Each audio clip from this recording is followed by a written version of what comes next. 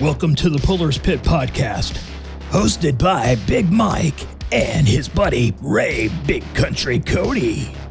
This is your one-stop shop for everything related to arm wrestling and grip strength, news and entertainment. Presented by Infinity Functional Performance, 98 Arm Wrestling, Castle Rock Ranch in Golden Valley, Arizona, and Mad Tuna Fishing Charters. This is the Puller's Pit. What's up, everybody? This is Ray Big Country Cote and my buddy Big Mike.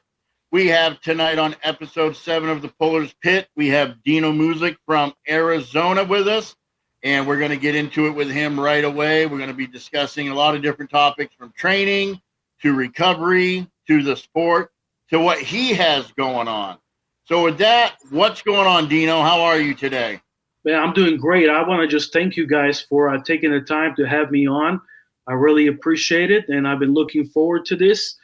And just training like usual, but really excited for this podcast.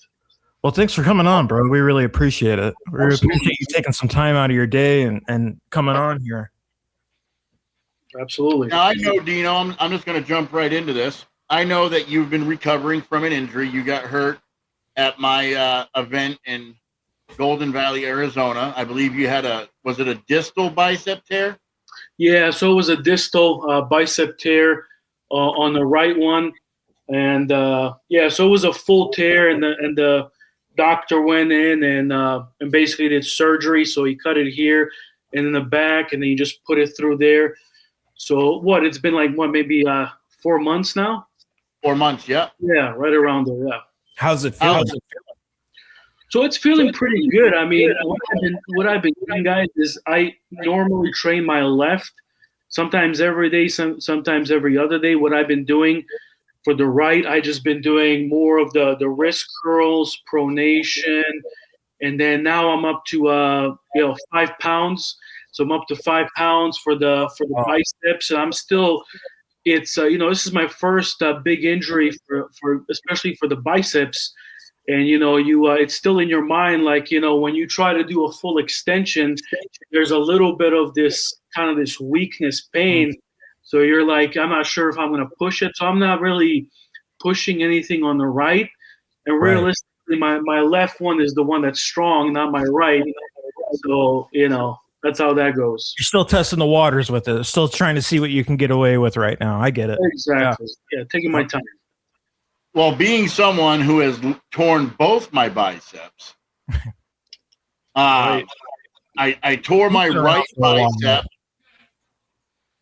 Actually, it's kind of an interesting story from my right bicep. I was competing in the California Strongman competition, and we were doing the car deadlift.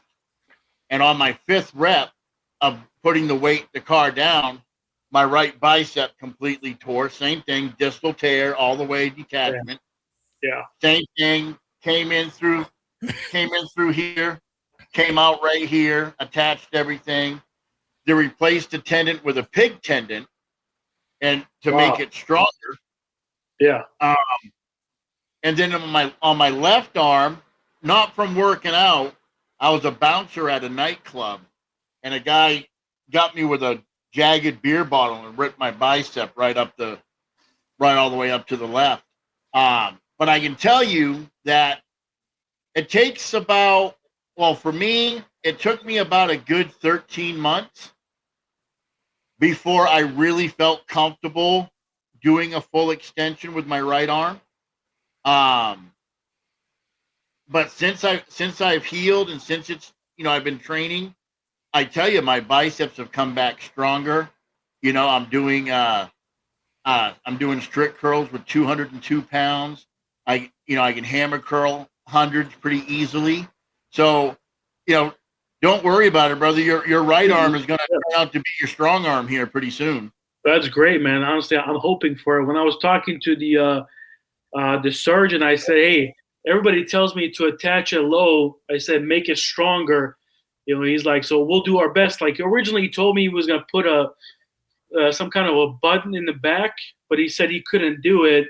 So there's really no button, but he said, like, hey, if it breaks again, it's the bone is going to break. It's not the tendon. So I mean, Right. that's great news. Yeah. Yeah, that's what my doctor told me too. Yeah, that's great. Yeah. So, but I tell you, it just comes down with consistency and being patient, brother. You know, eating right, taking the right supplements, taking your time. Like when you feel like, I mean, trust me, at 4 months, you're doing better than I was. I was only using soup cans and doing curls with soup cans with my right arm. Yeah. So if you're at 5 pounds, you're already ahead of the game. Appreciate it. Thank you. You know, so and I think that's a lot to do with the way you train. Like I follow you, I see all the different things that you do in your training sessions. I see the different equipment that you use. So I don't see you having that long of a recovery, brother. I think you're going to come back strong and get back on the table and take a win with it. So yeah, I've noticed that it's either one way or the other. Guys come back either incredibly strong from something like that, or that arm is just dead. You know, so hopefully it's the former for you for sure. Right, exactly.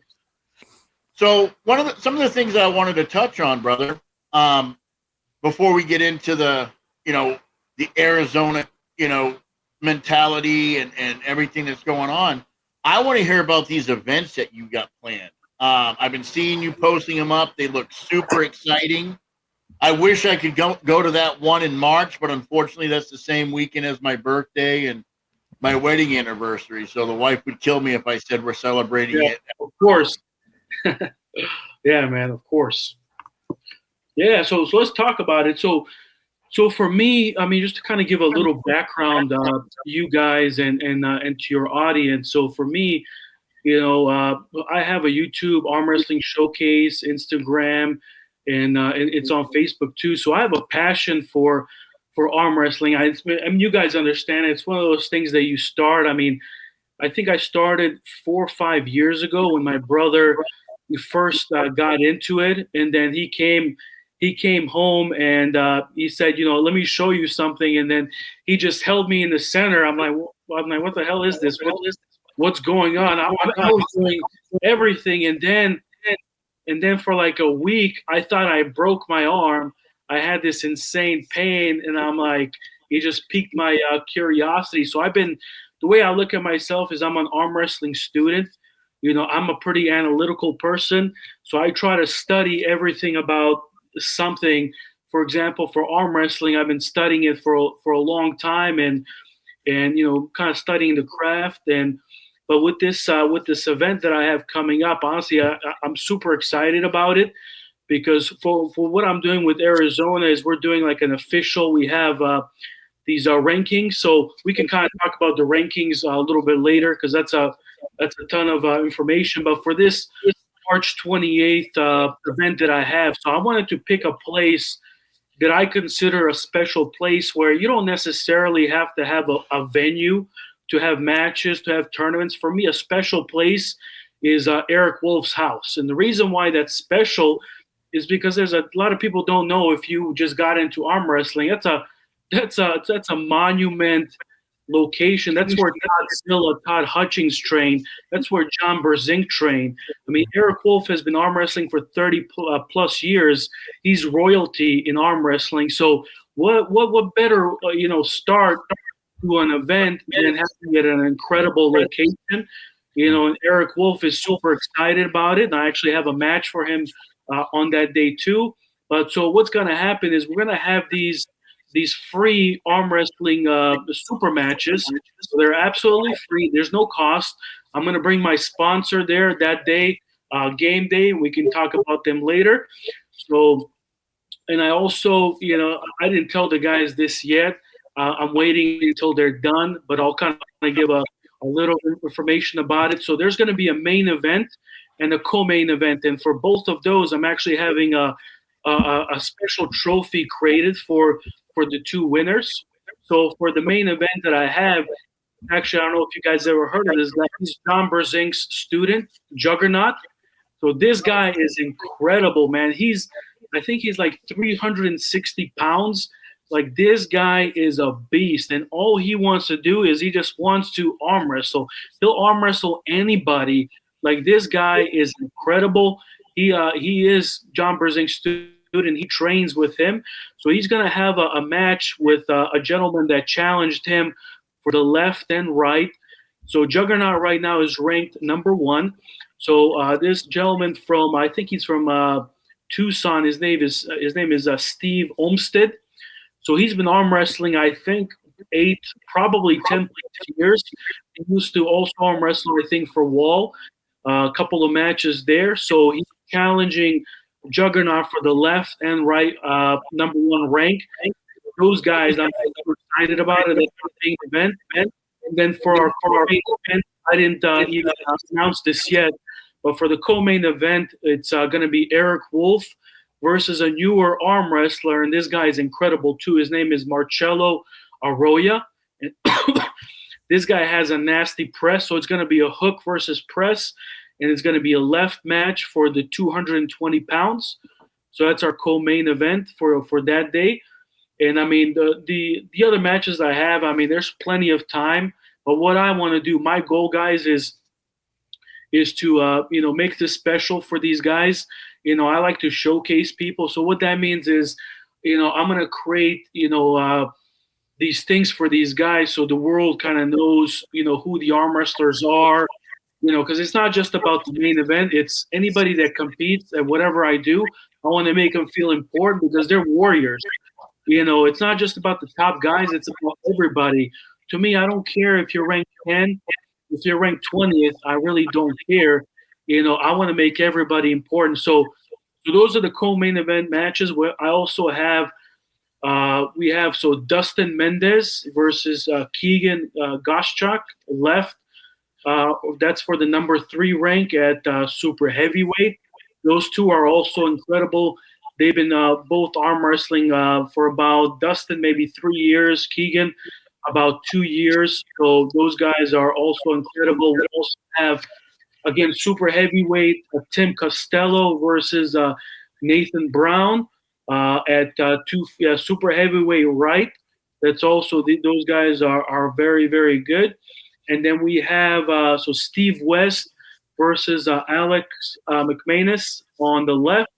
And you guys probably heard of Steve. I mean, he competed at Arm Wars. He's crazy active in arm wrestling. This guy is incredible. I mean, this guy has just been leveling up like crazy on both arms. He has high-level matches. He is the heavy favorite, but Alex has been arm wrestling with they're called the West Side Group here in Arizona. It's probably the most historic arm wrestling group that we have in Arizona. And he's been doing it for 5+ years, and his left is a strong one, so we'll see. And then we have Alex. Again, he's going to do a match with Johnny Kalos, a newer arm wrestler. That's going to be on the right arm. So far, that's the matches that I have.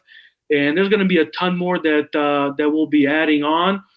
But and from these matches, the beautiful thing about Arizona and these rankings, guys, is I'm not asking people to have matches. I put the rankings and I say, hey, challenge anybody that you want. They have 90 days to accept a match. They can do it at my event. They can do it at anybody's event. As long as they follow my rules, anybody can create an event and have it. Follow the rules. And let's fight. Let's have the matches. And so I mean, this event's going to be incredible. I'm expecting a ton of people to come, but that's just a little information about that. So it's going to be March 28th, 1 p.m. I'm going to do a live on Arm Wrestling Showcase. I'm probably going to have a videographer come and record the whole thing. There's going to be others recording it, but yeah, it will be at Eric Wolf's house at 1 p.m. March 28th. Nice. I'll tell you what, I had a chance to see Juggernaut pull up in Springerville against Nathan McCann. Yes. And that was so much power. I mean, Nathan ended up getting the win on him. But, I mean, there was so much power on that table. They literally broke the table free from the platform. And, of course, I had, I don't know if it's the fortunate or misfortunate opportunity to pull him in the tournament, and he just went through me like I was a kid holding my dad's hand. Almost said I have never pulled him. I've heard a lot about him. I think it's going to be it's definitely going to be an interesting match because, Yes. you know, for a big man, Juggernaut is also surprisingly fast. Yeah, he is crazy fast. And Steve Olmsted, just so you know, so Steve is well known for his left arm. I mean, we kind of consider Steve, Juggernaut is number one based on his record. I mean, Steve, if anybody can beat Juggernaut, honestly, Steve Olmsted has the best chance. Steve actually competed at King of Baja last year. That's a Greg Brown event. And, man, I think he took first, second, or third on the left with some of the Mexican champions. So he's no slouch. He's incredible. Nice. You know, of course, I know, you know, I've never had the privilege of meeting Steve West, but I've seen a lot of his matches. It sounds like you got a heck of a card, man. Congratulations on that. I wish I could be there because, as you know, yesterday I was notified that the event that I had a super match with Julius Blair on with has been canceled. So, you know, Julius and I no longer have a super match, which I was really looking forward to because I had beaten Julius up in Springerville, and then he beat me at my event. So this was kind of a grudge match, you know, kind of who was going to come out on top, best of three out of the times that we pulled. I really wish I could make it to your event because it just sounds awesome. It does. At Eric's house. I know how magical that place is. Yeah. How awesome it is to train there. Does Eric still have the what do you call that climbing thing over his pool? Yeah, man. So he's got that climbing thing on his pool, and I don't know if you've been to his house lately, man. This guy's got brand new machines. I mean, he's an engineer, so he's designing, creating all these machines. He's got these new ones for fingers, for clamping. He's got these. He's got like a $2,000 machine in there, Voltra, in there, and then he's also got this. These other two. I mean, it's crazy how much stuff he has, and it just shows you he's just a student of arm wrestling. He loves it, and yeah, I mean, man, that guy is just training nonstop. He's crazy strong right now. Like his shape right now, I don't know if it's the best shape. I think it's up there, but that guy he's incredible, man. Yeah, I've known Eric for a lot of years. I first met him at a UAL. I think it was 2017 at a UAL event. Is where I first met him. We did some after pulling against each other. Then I went to his house. Ironically enough, the weekend that I went to his house was also my birthday. And we went there, trained. I met Todd Hutchings, got to pull with him. Pulled with John Brzenk. I went down there with Alpha Empire, Derek Smith's team, Alpha Empire. And again, what I like about Eric is never mind the fact his mind, right? Because I create stuff too. Yeah.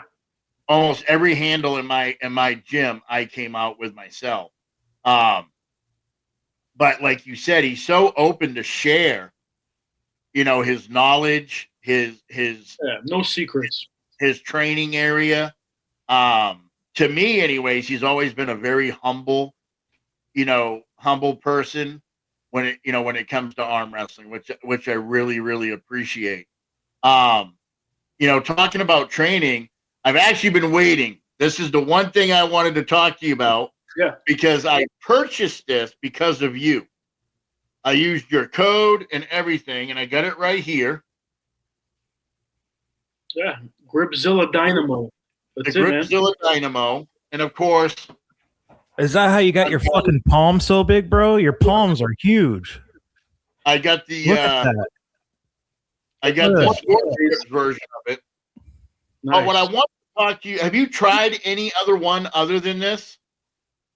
So I tried. So basically, like I was in contact with both companies to promote it, and Gripzilla was the one because I wanted it sent to me for free. Usually when I work with companies, like I usually want it for free, and then I guarantee them results, and that's basically what happens with every company. Is I'll any sponsor or anything, I'll actually make it difficult for myself by setting like these expectations for myself, because I always want to over deliver. I never want to under promise. But that one, I've been using it, and for me, they have a ton of sales because it's incredible. I don't know if you guys know this, but there's like Dennis Kaplinkoff.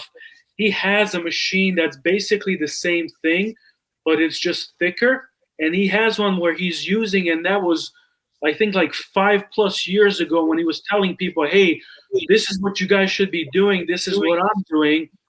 And then what I did is, to mimic it, I just added fat grips on there, and it's incredible, man. You're just doing this. It's good for recovery, and then throughout the day, I'll just crank at it, and like exactly what Big Country's doing, you can change the strength, So that one is incredible. I mean, it's not even expensive. So I get 10% if somebody uses my link. I think they have it on there for $110 or $120. So people will say, I think with shipping, it came out to $119 for me. Okay. Yeah, and then the other one that you have too, honestly, that one is also incredible. I mean, their design is different. That's what's the name of them? That's the Sport. So this is the Sports Grip Revolution 2.0. Right, This is actually their new design. Basically, what they did 2.0 is they took the instead of putting the sticker, this part is all engraved. The knurling is a little thicker on it. The main differences that I've noticed between the two, this one, like you were talking about with Dennis, the thickness, right? So this one is considerably more thicker than the Gripzilla.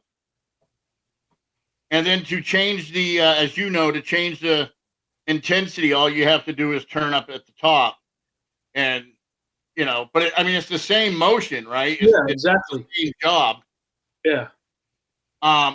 I'm like you in the sense, the only difference between you and I is I will always buy the product first.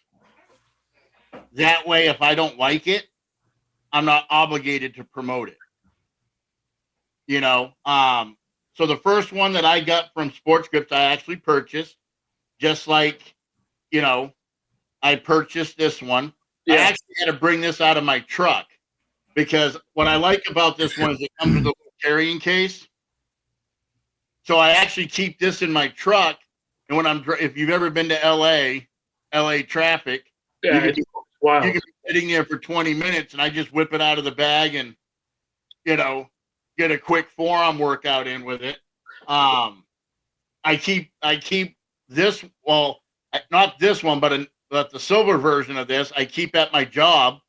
So when I'm on break or I get a second, boom, I'm just cranking it out. Burn, man. Like, especially if you put fat grips on it. I like the fat grips because then you're using more of kind of the fingertips and you're kind of cranking here. It feels like more of a kind of a cupping motion, but it's also it burns you. And Gripzilla is one of my partners. What I like about working with those guys too is they have arm wrestling handles, they have grip stuff, they have a ton of stuff on there too. So another great company. But that's the thing with these tools, man. And I saw your when you train, you have a million little devices. I have a ton of them too. It's crazy when you start training. Like you got something for cupping, you got there's so many different little tools that But again, we're students of the game of arm wrestling. That's just what it takes to get stronger. Is you got to use these tools, to level up different victims of the hand, the wrist. That's the reality that it took me a long time to learn. Is my arm has always been very, very strong, with side pressure and things like that. But my hand and wrist haven't been as strong. So, within the last year, I've been focusing a lot more on my hand and wrist, and my power is increasing because, as you know, you can have a strong arm, but if you can't access it, you can't do anything. Correct. Yeah. It's funny you bring up the amount of different tools that we have. I probably have in my gym altogether, I probably have about 100 different handles, right? Yeah. I've got 20 or 25 different versions of the country crush handle. So basically every grip that I came out with to fit the Country Crush handle, I have one for. Then I got this one tool that I created. I never brought it to market. I call it the Diamond Cup, and it's specifically just to build your cup. But I say all this, I have all these handles, but the funny thing is, brother, I probably only use 4 or 5 of them. I'm the same. Wrist wrench, number one. That's probably my number one. And the rolling handle, and then I'll use but yeah, that's what it comes down to. And to me, like the training, I'll kind of go through these different blocks where, for example, when when I was more active before the injury, when I had a match or a tournament, what I'll do is right after is I'll figure out, okay, where did I lose? Was it the hand? Was it the wrist? Was it the pronation? What's the weakest chain? And then I'll basically kind of restructure my training system to focus more on where I was weak at. So, for example, within the last 6 months, I focused a lot on my riser, where I would do like these 30-second holds on the riser, and my riser has gone up pretty significantly. So I'll go through these training blocks just based on how I lost or what the opportunity is, and then I'll build up the weaknesses. Because I can't keep just training my side pressure. I mean, it's I still train it, but it's the hand and wrist for me where my opportunity is right now. So I kind of tailor it based on the weaknesses. So speaking of your training, I want to go back to your match with Eric Lynch. Yes. That was Eric's first time ever arm wrestling. And first off, let me give you credit, brother, because Eric was going to stop arm wrestling. He was so devastated and hurt that you got hurt that he was going to stop. So first off, credit to you on how you handled that whole situation. I know the two of you guys spoke, and you really inspired him to stay in it and to continue with the sport. But my question for you is, going back and looking at that match, what do you feel you did to get yourself in a position to where your bicep popped? Yeah. So a couple of things with that match. Now, Eric Lynch is very strong. Also, what happened during that match, and it's not his fault at all. It's on me. So basically, what happened when we got up there on the right arm, Billy said, "Hey, this guy's new." So in my mind, I'm like, okay, no big deal. I'm gonna maybe, I'm gonna feel his power, and then maybe slowly, do a couple of things. I don't want to hurt the guy. He's brand new. It's his first tournament. So on the first setup, it was, I'm like, okay, there was no, I didn't do my normal setup, nothing, like, okay. And then I felt his power, but it was too late. Like, he just, boom, the first round. I'm like, it's fine. Again, it's not Billy's fault. And then I look at Billy, and he's like, hey, you always got to be ready. And obviously he was right. And then the second round, like, okay, all right, let's do this. Second round, I did my normal setup, and I'm at that point, I'm not gonna take it easy on him. I saw that he's super strong. He's got a strong hand cup. I'm like, okay, no problem. And then I did my normal setup. Boom, went to the side, no problem, got him. And then on the third one, he actually adjusted. Like, he adjusted very well. And then what happened to me, I made videos on this. It took me, I processed this. Like, when this crazy injury happens, like I made a lot of stupid mistakes that maybe a new person would make. But I've been arm wrestling for 4 or 5 years now. I mean, I'm still shocked that I made this mistake. So the mistake that I made was normal setup. I hit to the side. What I did is I tried to get height on him. So I hit up, boom. And I felt, I'm like, okay, it's going. And then he stopped it. And then I started to separate. And again, I don't know what I was thinking, but my body was still down. So I was still, instead of just getting ready to a defensive position, I'm like, he's got a good, he was right here. Like, he's just going to go through me. I lost it. So mentally, I thought, I'm like, that's it. But I got a stop on here. I got the stop. And then for whatever reason, I lost my pronation. So number one lesson for everybody, don't lose your pronation. Your pronation, you have to get it strong. No matter how strong you think your pronation is, you got to get it stronger. It needs to be at least 100 pounds if you want to be serious. Even at the amateur level, it needs to be 100 pounds, because you lose all your power. Even in a hook, whatever you do, you need a strong pronation. So I lost my pronator. I was here, and the mistake I just made was I kept stretching out. I just didn't do this, and that's all it was. He stretched me out. I got the stop right here because my bicep is strong, my hook is strong. So I stopped it, and then it just, boom, it went up, and then I stopped immediately, and I knew right away that it happened. But again, when we sign up to do arm wrestling, we're not playing basketball here, guys. This is a warrior sport. I look at it like we're gladiators. We're going in the arena. So when I'm in the arena and I have a match, or I'm in a tournament, whatever, 100% focused, and I know I could break an arm. I know I can do, anything can break. And that's the fun of it for me. Like, I like that challenge, knowing that, hey, I can break something. So I have to be ready. So I like that. People have to realize, I just did I did an interview with a local newspaper out here, Mojave Desert News. And that's what they asked me. They said, if I could compare arm wrestling to anything, what would I compare it to? I said, it's a combat sport. Yes, 100%. I go, it takes dedication. It takes focus. It's not just throwing your arm up and seeing who's the stronger guy. There's angles, there's directions, little micro movements that can make the difference between a win or a loss.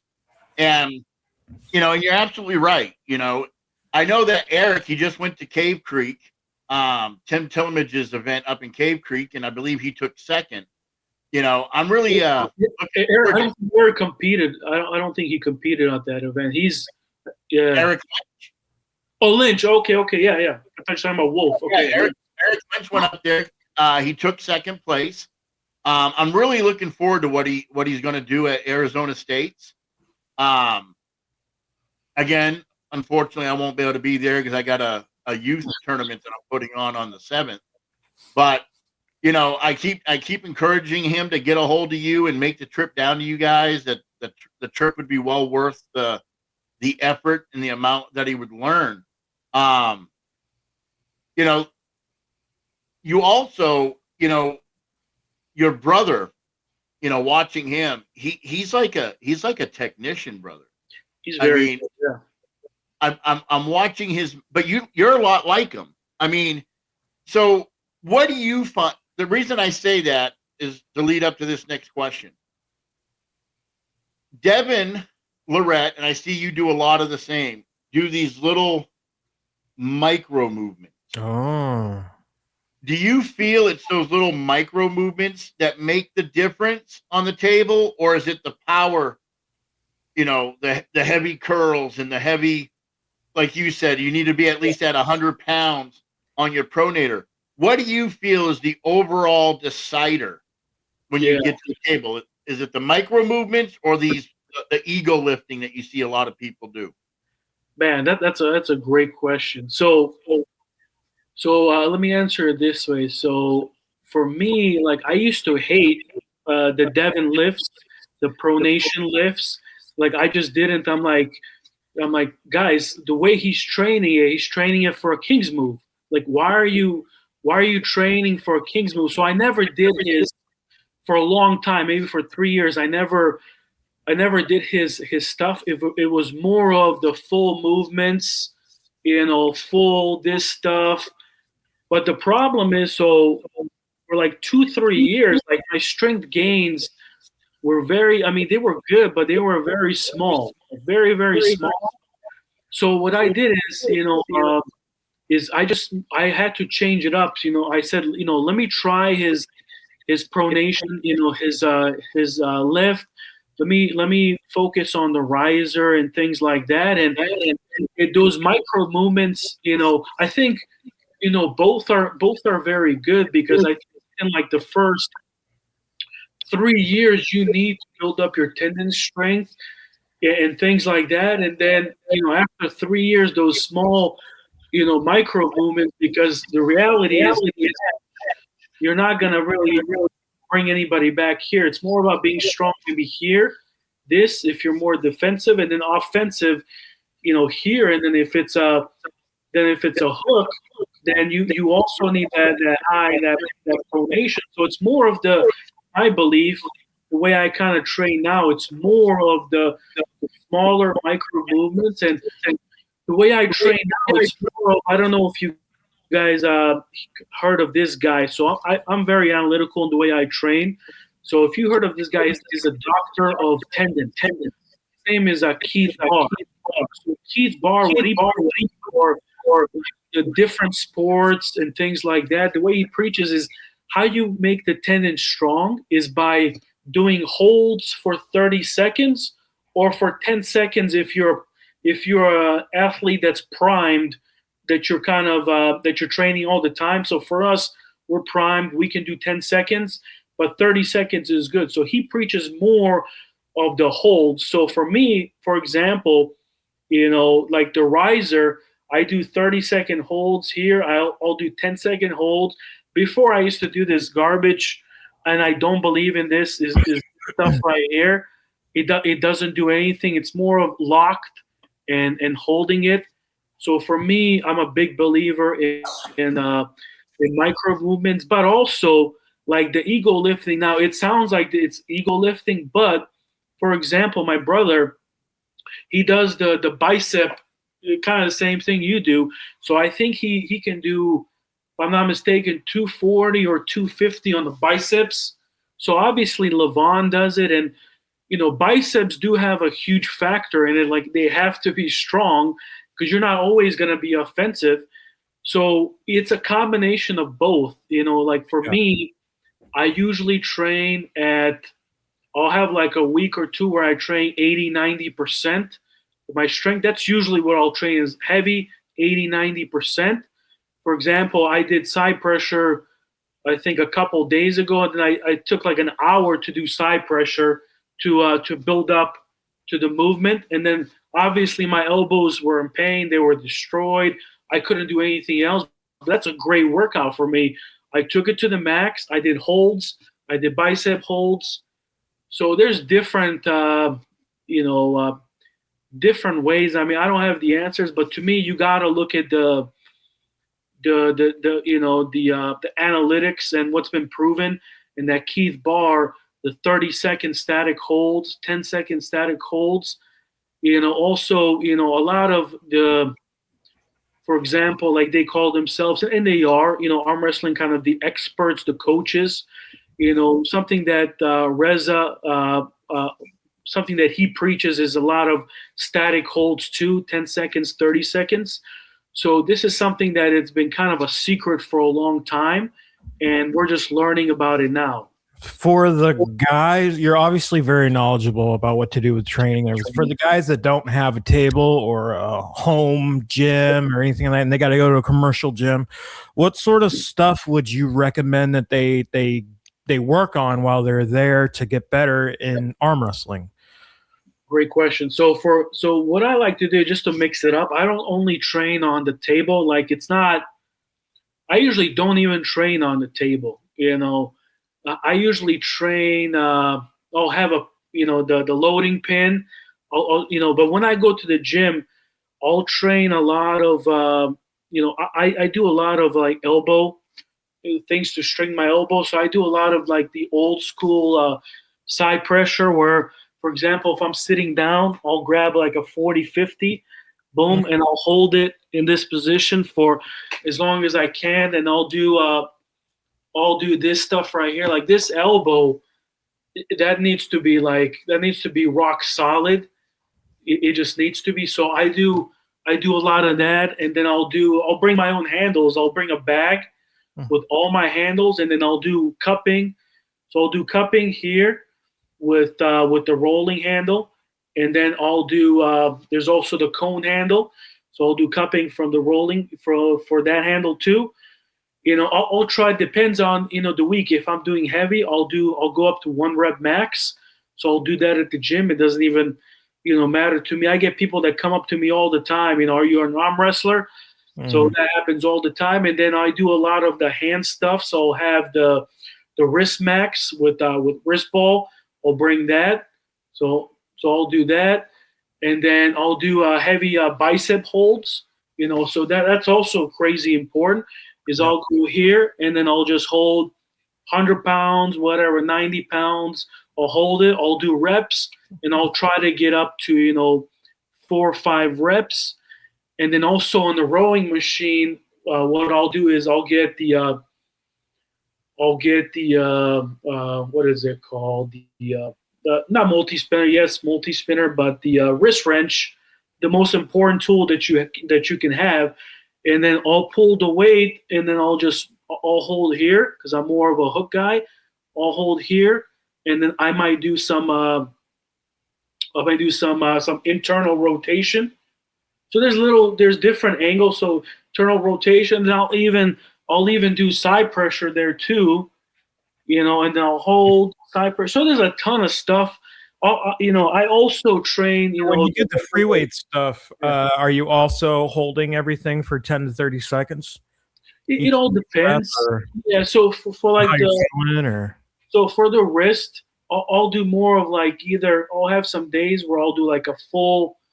If I'm doing up to 100 reps or whatever, so I'll do full where it's more of the volume work, and then if I go heavy, I'll probably go with the barbell. I'll go with the barbell one-handed, and then I'll even go on my knee, right here. So there's a lot of different angles that I'll hit because your wrist and your cup is the most important thing, in my opinion.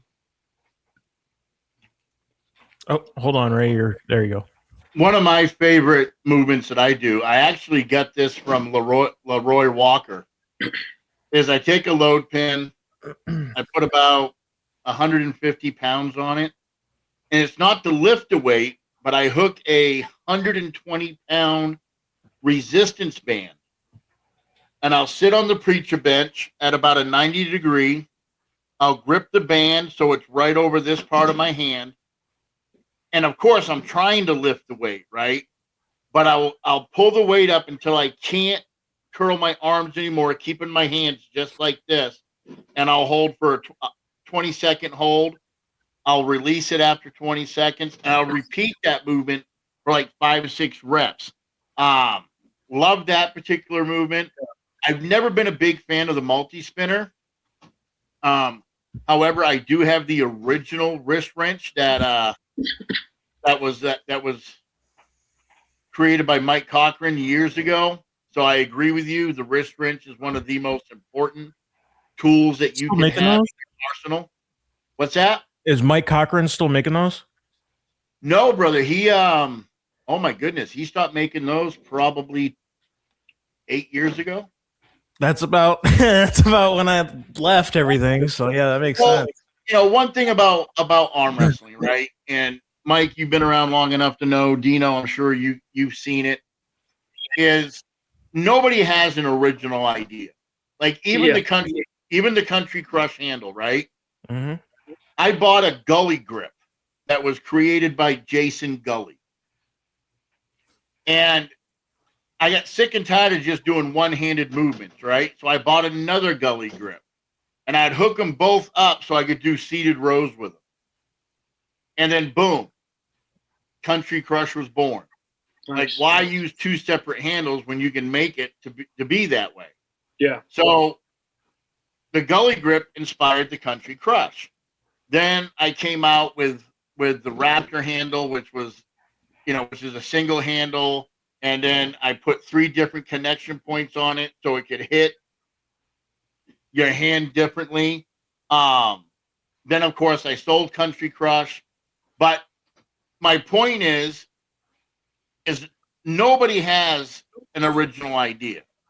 You know, I guarantee you half the products that are out right now, you could see in Eric Wolf's garage that he built 15 years ago. Yeah. And somebody went and trained in his garage and took the idea and did their own thing. I think that's part of the reason why arm wrestling doesn't grow the way it should. I mean, we've got the most exposure as a sport than we have ever had, right? I mean, we've been on Wild World of Sports. I know you guys are a little bit too young for that, but we've been on Wide World of Sports. We were on ESPN, you know, Fox Sports. We were in the World's Strongest Man. You know, of course, everybody knows, you know, the movie Over the Top. But I don't think that we've had the exposure as a sport that we have today. But yet there's still the 2% that are the ones that are making the money. So everybody's trying to kind of reinvent the wheel and make money off of equipment, right? Mm-hmm. Like for me, I discovered you can buy arm wrestling tables off of Walmart.com. And they're pretty decent tables. Spend $175 for them. You know? So then I start questioning, well, why am I going to spend $800 on a table when I can buy a $200 table? It's just as good, just as sturdy, you know? So I think what it is, man, is, and Dino, give me your opinion. I just think that with everybody's infighting over products, who's got the best product, who, you know, who's the better, you know, all this infighting is what keeps the sport down, you know. I think that if all these creators of products actually got together and I don't know, formed some kind of a union to where they came together and they really gave back to the sport, I think the sport would elevate like we've never seen it before. What are your thoughts, Dino? Yeah, so I would say it's tough. So I look at it from kind of a different lens. So what I mean by that is, so for me, my background is I've been managing sales teams for about like 11 years. I've been in sales all my life. And also I work with like, you know, directors, VPs on different strategies, analytical stuff, you know, how to sell. So if anybody can sell something, you know, no one is better than me. You know, I'm just that good. So what it is for businesses, like I understand all of it. What it is like just like in the fitness world, there's these different companies where everybody has to make a profit. And also too, like the way I look at different organizations, you know, for example, 98%, Arm Sports, East versus West, whoever, you know, to me, I look at them a little bit differently. I'm looking at them from like a business lens. So what that means is, to me, it's more like a restaurant business where all these different promotions, they're like restaurants. So what that means is, this is the part that a lot of these guys that they're just not getting it. And I don't think they ever will. And I'm not going to try to convince them, because they're their own worst enemies. They're not going to get out of their own way. And I get it. Everybody's trying to make a dollar, but they don't understand that they can make 20 instead of $1. So what I mean by that, man, is, to me, for example, East versus West is McDonald's. Okay. So, and then you have, let's say, Arm Sports Entertainment. All they are is they're Burger King. 98% is Taco Bell. So what that means is, it's not a McDonald's is better or comment with us. It's different options. And you, as the promoter, you have to make sure that your brand, your quality, how you treat people, you have to make sure that's top notch, because people remember all that stuff. So whatever I do on my end is, I don't consider myself a promoter or anything. I do Arm Wrestling Showcase, and what that means to me is, my goal is just to promote arm wrestling and arm wrestlers. Now that encompasses everything and all the promotions and everything. So to me, it's bigger than everything, because I'm just trying to promote the whole thing, and that could come from different ways. So that means treating everybody with respect. It's having an incredible product. So whatever your product is, you got to make sure it's top notch. To me, the part that everybody messes up on is like, hey, I've been doing this for 10 years, so so my product is you got to come to it. But if Taco Bell has the same thing, they've been doing it for a year, and theirs is cheaper or their experience is better, why am I going to go to McDonald's, man?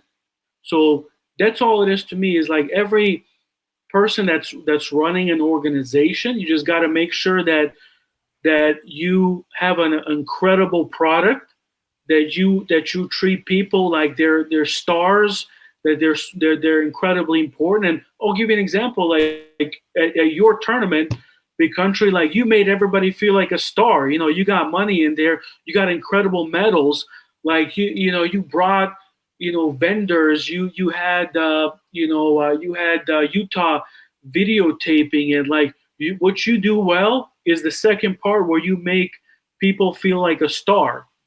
So to me, everybody, what people don't understand is there is no competition. The more people we bring to our events, the more arm wrestlers that we're gonna get, guys. So if for example, we can do things two different ways. Like to me, I'm okay with either way. Is if I'm doing something, and anybody, I don't care who it is, if it's Dexter or whoever the hell it is, if they do anything to try to prevent me from doing my thing, or they do anything to kind of not allow me to do it, or whatever, to me they're just dead to me. That's it. What we need to do is, for example, if we have an event, we just talk to each other and say, okay, hey, if you're doing an event this day, I'm gonna do it a different way, and okay, no big deal. Or even if it has to be on the same day, it's not even a freaking big deal. Like, who cares? It's about bringing arm wrestlers to the events, getting them excited, and if you make money, you make money, whatever. But like all this this thinking that it's competition, it's not competition. We can't, like, there's nobody that's that good. East versus West, they're not even making money. So to me, that's not even a sustainable model. I know everybody thinks it's great. I don't even think that model is sustainable. They're not. They're not. It's not going to last. A lot of people don't think it's great for the sport, like for the athletes, but it's not going to. It's not feasible, financially. For 5 years, you can't expect the sport to grow, because I honestly don't think that the sport is going to grow, as much as people think. This is a special sport where it's a little bit more underground, and to me that's special. So if we grow it or not, it's either way is fine. But I just want people to realize, like there is no competition. Let's respect each other. Let's cheer each other on, and let's all work together in some way. We don't gotta put events on together, but let's work. Let's communicate together professionally. That's the good way to do it. If not, the other way to do it is, if somebody doesn't want to do it, and if they want to compete, and if they want to on purpose sabotage somebody. For example, what I could easily do is I can have, if someone's having an event on purpose, I'll have 3 events their day. On every one of their events, I'll have a free tournament, and I'll put in the money. I'll actually fly people in, because I just don't care. So that's the other part that people don't understand is, if you're not going to work with somebody, there's the other way we can do it too. And I'm okay with either one. I prefer, because I'm a businessman, to create win-win situations. But that's what people got to realize, that part. You're on mute. So I want to talk about my event a little bit, because I want your opinion. Sure. Now, like you said, I had the money. I had championship belts. I had cool medals. I had gift bags. You know, I flew people in from Georgia, flew people over from England. You know, for the most part, I had it all. What could I have done different? I mean, so like that same weekend, I was competing against Greg Sharp's WSA in San Diego. What, in your opinion, and I only ask this because I want to become a better promoter, right? It's not for any other reason other than to better myself. Yeah. What could I have done better to attract more people? So a couple of different things. So I'm going to give you kind of the way I look at it from a business side. So the business side to me is more of a, for example, you know, this event I'm doing, I mean, it's not even a big deal. You know, it's just, you know, free matches. Like, it's not even, I just want to, you know, I'm calling it an event because I just want to make these guys feel important. I want to make this thing a big deal for them. To me, like, I don't have any expectations of anything. For me, like, the sponsor I have, my sponsorship is a little bit differently because they don't sponsor like the event or anything like that. The deals I make with people is, when you sponsor me, you sponsor Arm Wrestling Showcase, and what that means is, I'm going to promote the shit out of your product nonstop on everything that I do on Instagram, on YouTube, Facebook. And if I do like an event, it's just a bonus. I'm going to do a bonus for you, but you're putting your money into the brand, and I'll guarantee you results. Because if I don't give you the results, I don't even want your business. Like, I'm not even gonna. I tell them by this time, this is what I'm gonna do. What's your expectations? If I don't get there, I don't even want to continue it because I haven't proven myself. So, to me, that's the kind of way I do it.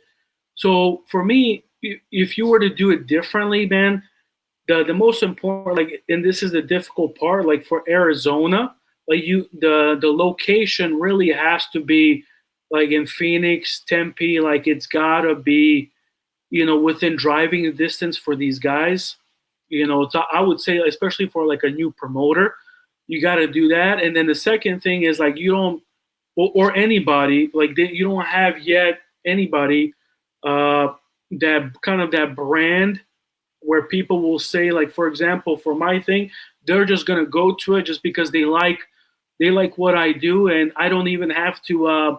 For this first one on purpose, this is just a test for Arizona. Honestly, like, on purpose, I'm making everything free. I'm making it like super easy, you know, and I want to see who shows up. If we show up, if we kill it for the sponsor and all this stuff, then I'll maybe do something bigger for these guys. But I'm not gonna go a lot. I'm not gonna put any money or any of that stuff for like this event. I want to see who's gonna come, and you know, I'm gonna match the energy. Like, for example, if there's haters, and there are haters, you know, I don't give these haters like any attention at all. Like, to me, if you're gonna hate, you don't even have to come to an event. I'm not even gonna give you a match at my event. I'm not gonna do anything. I'm not even gonna respond to you. There's people that hate. I don't even fucking respond to them. You know, so that's how I treat anybody that's. So the business wise is, like, you can't give anybody any attention. And to me, whatever you're doing, that's what you believe in, and you got to do it. So who gives a shit what anybody thinks? You do it your way. So that's how I view it. So that it's got to be in Phoenix, which is a challenge in itself to get a venue, and it doesn't have to be an incredible venue. The other thing, like, when you put up big money, like, the reality is, and it kind of what happened is, you know, you got big names that come out, but the others, they're not going to come because they know Paul Passmore is going to crush them. So they're not going to put the $40 up because Paul Passmore is just going to destroy them. He's just going to collect all the money. So it's better to have, you know, as like the first event as a test, to just have the trophies and medals, and then, you know, promote the shit out of it. And then, you know, of course, record it, you know, maybe do a live, have the sponsors or things like that. If you did it that way, I think you would have been, because you can't overextend yourself with the money part. To me, like the money part, like arm wrestlers take pride in the match. If they don't, they're really not. They're not our market. They're like the money part is for people to like. You really don't need, in my opinion, like big names to come out, to have people come. Like for me, I got these 5 people that nobody knows about, but to me they're special, they're incredible, and I'm gonna elevate all Arizona arm wrestlers if they want it. If they don't, I'm okay with that too. But if they want it, I would like to elevate all these guys because they're incredibly, they're very talented, they're very good, but nobody knows about them. And so to me, I don't need any big names in there to have people come. People are gonna come if they respect the Arm Wrestling Showcase and what I've done over the last years. That I've gone to their events, I've gone to their trainings, I've recorded them, I've made them feel important. All this stuff. If they if they let me down, that's gonna be a little bit different then. So that's the business wise, like. It's you gotta, and you can charge. There's no issues charging.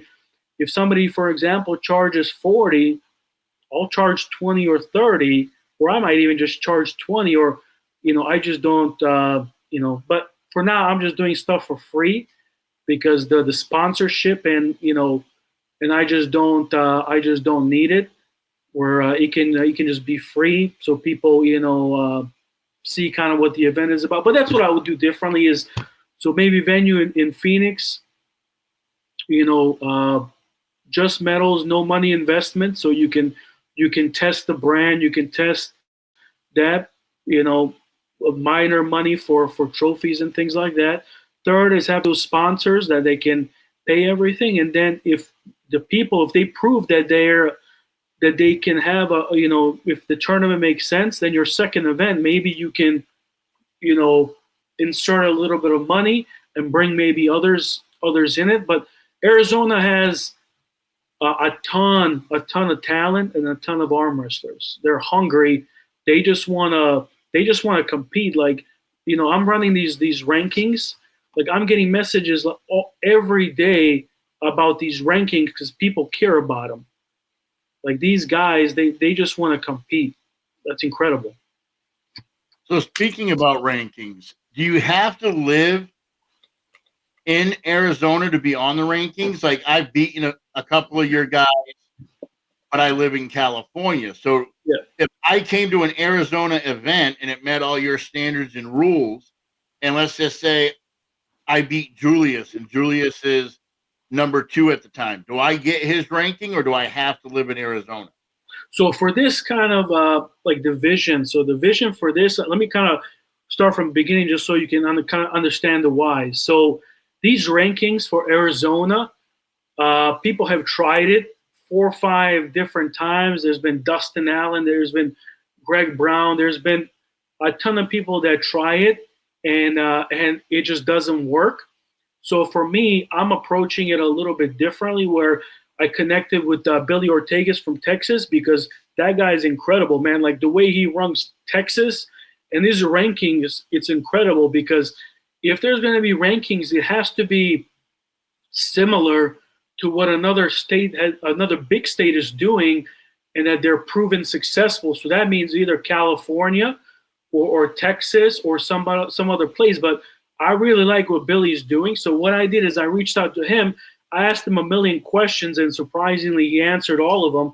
So what I did is I took, before all this, like I asked all the groups, all the Arizona arm wrestlers, like what do they want to see, like different options. And I had people vote on different stuff. I even had like, nobody wanted to do this. There was a poll. They created a poll on who should actually do this. So I had people vote for me to do it. And I said, I'm going to do this service for Arizona, of course, for free, only if people want it, if they vote. But if they won't vote, if they want it, then it's what I say goes. That's it. I'm not going to do any committees or this silly stuff. It's only going to be done my way, and that's it. Everybody's fine with that. So what I did then is I reached out to Billy, got all his rules. So what I did is I took 90% of his rules, and then I added some Arizona 10% rules. So we have these, I don't know how many, it's like 10, 15 rules that apply to Arizona. So it's basically, is right for right now, is just Arizona rankings. But what I would like to do, to me, this is just a start. I would like to create an overall for Arizona.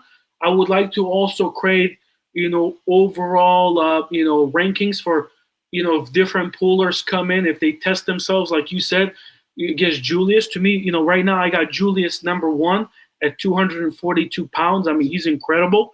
But, if you beat him, I might have to, this has to be proven out. I would like to have another rankings of people coming over and beating Arizona or try to beat Arizona people. Good luck with that.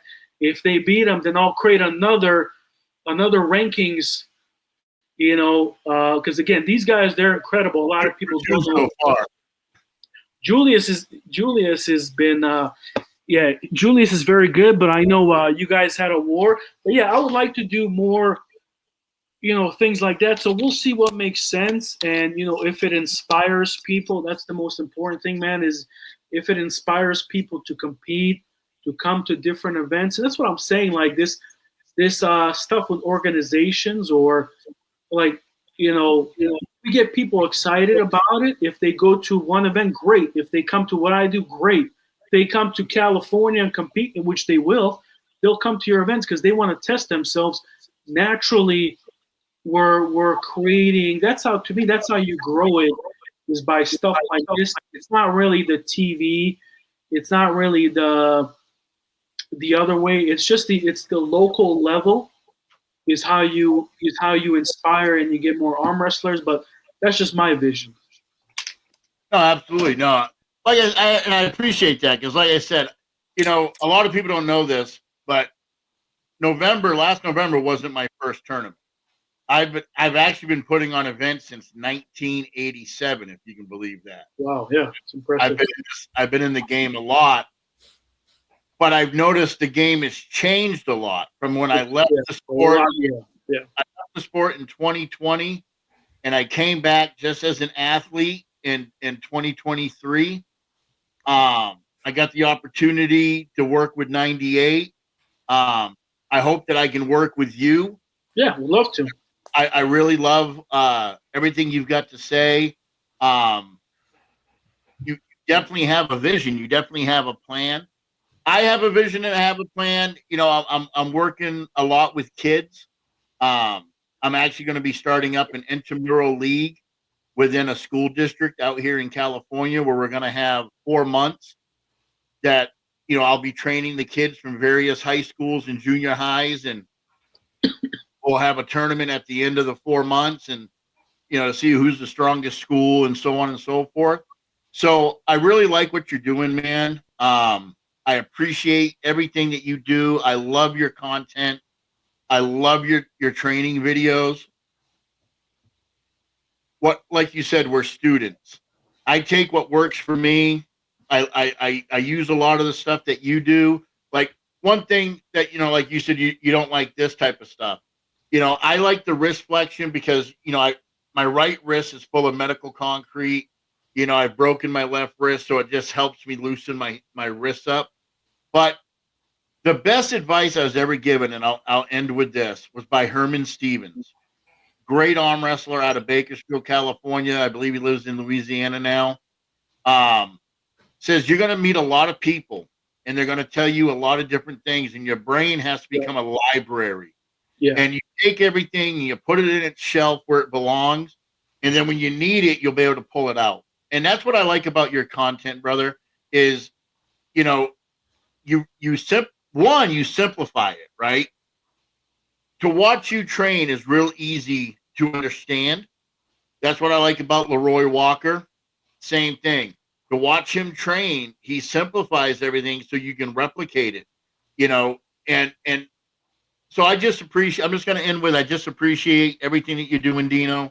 Thank you for coming on to our show. Yeah, for sure. But at this time, I'd like to give you a couple more minutes to shout out your sponsors and shout out the events you got coming up again. Yeah, man. And let me say, the March 28th, guys, for Arizona or anybody that wants to come, to me, it's very special. And, and I can we have plenty of time. I can also set up matches where, it doesn't have to be for the rankings. It can just be, I'm going to have the head ref. They're all going to be, certified head ref, certified down ref. It's going to be, I'm going to do a live on Arm Wrestling Showcase. I'm going to have working on a videographer to record it. And when I put it on Instagram, when I put it on Arm Wrestling Showcase, it's going to do well. And my goal is, again, I don't, to me, like the big names, if they want to come, that's incredible, but to me, I can take a number 10 guy and I'll put him a main event because if they have a great attitude, they want to win, they're easy to work with, they come to they support me, they come to the events, to me, anybody can be a main event. So to me, I'm looking right now to see who wants to be, who wants the matches, because it's going to set you guys up for, if we do it, if I do, I don't know, we'll see if I even want to do it for another event. To me, once you do something for me where we do it together, to me, you're a made man. That means that I support you in any way that you need from me.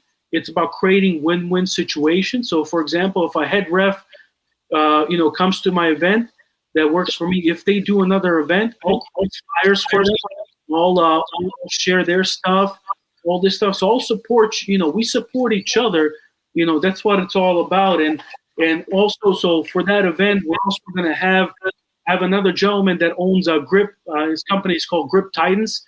He's just kind of starting out. He's going to have an event for all kinds of grip stuff. He's going to do some incredible things that day. So there's going to be a grip event that he's going to do. I'm going to do the arm wrestling event here. So March 28th is going to be great. And then I'm also going to have, so my sponsor is Game Day Men's Health. So I'm going to have one of their ambassadors. She's going to come out. I'm going to have her set up a table. And what we're going to do is I'll have extra stuff, but right now, if anybody just sets up a free appointment with Game Day, and if they end up getting their services, if you just mention Arm Wrestling Showcase, you'll get 20% off on all of their products. But for right now, it's 2 locations. There's a Desert Hills location and an Arrowhead location. I'll put all this stuff so everybody can see it. But Game Day, guys, they have TRT, they have peptides.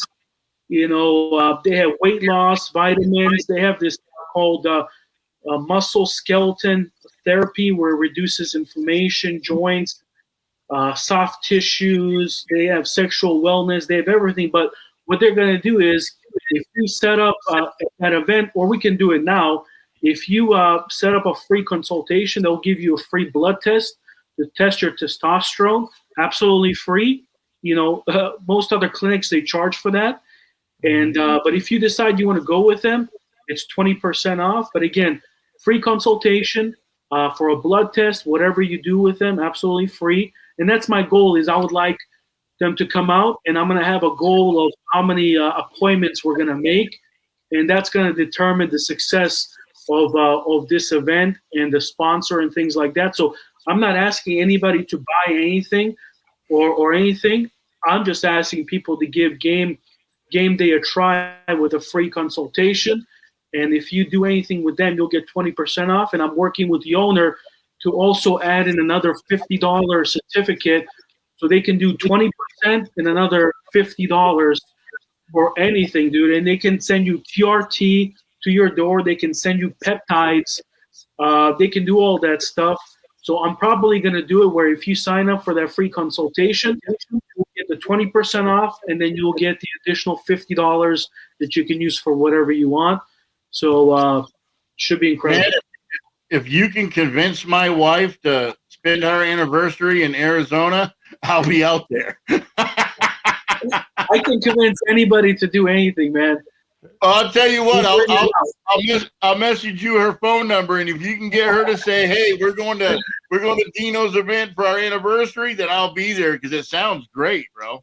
Yeah. So it's gonna be incredible. This is special to me, and again, I want to make these guys special and important because these guys. I say this all the time. I truly mean it. Arm wrestlers to me are warriors, and to me, if you put your arm on the table, you automatically earn my respect. To me, it really doesn't matter the attitude or the other stuff. You can be an asshole; it doesn't really matter to me. You automatically get my respect. So it's special what we do. Nobody trains like we do. I freaking popped a bicep. I had to pay $1,200, and I'm still training. Like that's insane. So if you do that, you're all in. So. Hey, brother, I can barely walk. I have to use a walker, and I still train every day. So I get what you can. Well, listen, guys, I'm going to let this end. Dino, again, thank you so much for coming on. It was an honor and a pleasure to have you. Anybody who's watching, hit up Dino on his Instagram or Facebook if you want more information about what he's got going on. He's doing good things in Arizona, and I look forward to working with you in the future, brother. And as always, from Big Mike and Big Country and Dino, peace, love, and hang loose. Take care, guys. Thank you for your time.